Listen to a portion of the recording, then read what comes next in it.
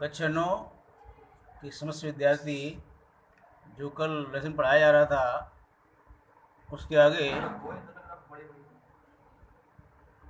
अब काम दिया जा रहा है।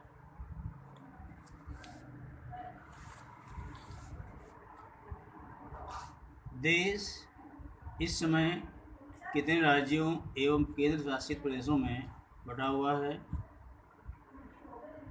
आंसर में देश इस समय 28 राज्यों एवं 9 केंद्र शासित प्रदेशों में बटा हुआ है, क्योंकि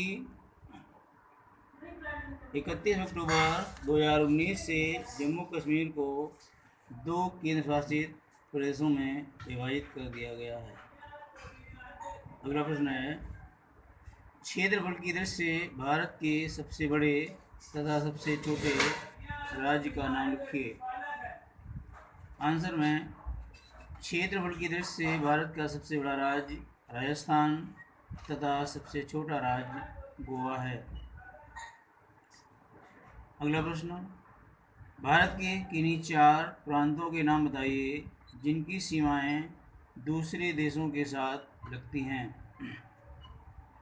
आंसर में अरुणाचल प्रदेश, नागालैंड, मणिपुर एवं मिजोरम राज्यों की सीमा म्यांमार से, सिक्किम, पश्चिम बंगाल, असम एवं अरुणाचल प्रदेश की सीमा भूटान से तथा जम्मू कश्मीर, पंजाब, राजस्थान एवं गुजरात की सीमा पाकिस्तान के साथ लगती है।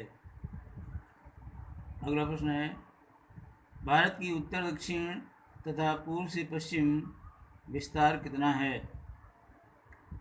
आंसर में भारत की उत्तर दक्षिण के विस्तार की लंबाई 3214 किलोमीटर तथा पूर्व से पश्चिम की चौड़ाई 2933 किलोमीटर है।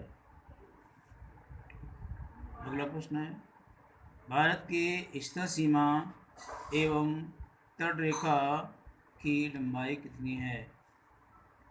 आंसर में भारत की स्थलीय सीमा कच्छ की रण गुजरात से प्रारंभ होकर पूर्व में म्यांमार तक है, जिसकी लंबाई 15,200 किलोमीटर है। इसकी मुख्य भूमि की तटीय सीमा की लंबाई 6100 किलोमीटर है, जबकि अंडमान निकोबार तथा लक्षद्वीप समूह सहित भारत की तटीय सीमा की लंबाई 7516.6 किलोमीटर है। भारत के गुजरात राज्य की तटीय सीमा सबसे लंबी है। अगला क्वेश्चन, क्षेत्रफल की दृष्टि से भारत का विश्व में कौन सा स्थान है? क्षेत्रफल में भारत से बड़े देशों के नाम भी लिखिए। आंसर में क्षेत्रफल की दृष्टि से भारत का विश्व में 7वां स्थान है। रूस, कनाडा, संयुक्त राज्य अमेरिका, चीन, ब्राज़ील एवं ऑस्ट्रेलिया क्षेत्रफल में भारत से बड़े हैं। और लिख लो, इस लेपार्ड के अभ्यास के लिए भारत का मैप देखना बहुत आवश्यक है। धन्यवाद। बच्चों नमस्कार। कल जो लेसन पढ़ाया जा रहा था उसी से आगे संबंधित कुछ कार्य दिया जा रहा, उसको देखना है।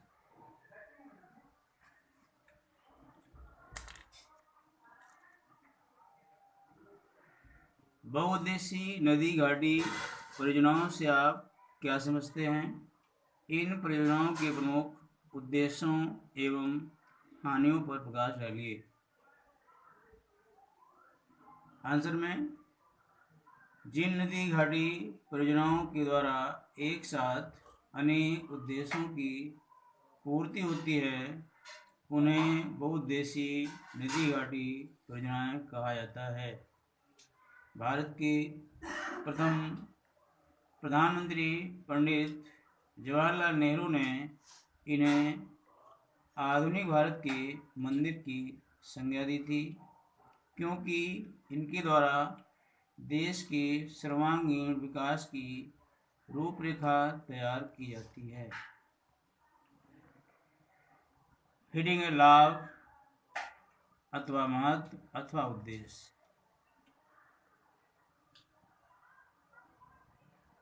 देश के बहुआयामी विकास को गति प्रदान करने के लिए देश की अनेक नदियों पर इन परियोजनाओं की स्थापना की गई। इनके द्वारा नदियों के जल को अनेक उद्देश्यों की पूर्ति के लिए किया जाता है। नंबर 1, मृदा संरक्षण। मिट्टी का अपरदन नियंत्रित होता है तथा उनका संरक्षण संभव होता है। दूसरा पॉइंट, सिंचाई।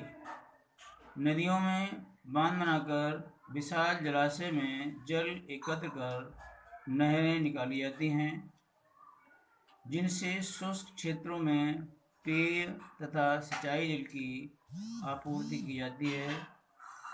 इंदिरा गांधी नहर इसका प्रमुख उदाहरण है। तीसरा क्वेश्चन है मत्स्य पालन।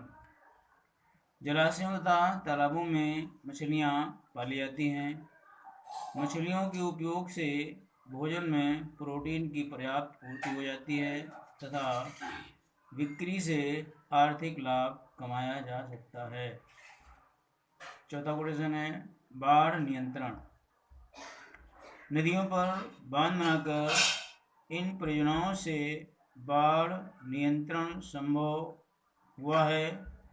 वर्तमान में दामोदर एवं कोसी नदियाँ, जो शोक नदियाँ कही जाती थीं, आर्थिक विकास के लिए वरदान बन गई हैं।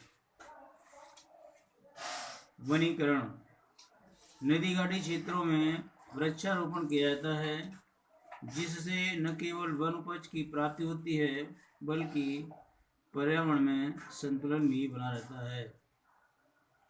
अगला क्वेश्चन है उद्योग धंधों का विकास। ऊर्जा उद्योगों की अनिवार्य आवश्यकता है। जल विद्युत द्वारा उद्योगों को पर्याप्त मात्रा में सस्ती विद्युत उपलब्ध कराई जा रही है, जिससे देश का औद्योगिक विकास हो रहा है। जल परिवहन। जलाशयों से निकाली गई नहरों को जल परिवहन के लिए प्रयुक्त किया जाता है। हेडिंग है परियोजनाओं से हानियाँ। पहला पॉइंट, नदी के जल को नियंत्रित करके तथा बांध बनाने से जल के बहाव में बाधा पड़ती है।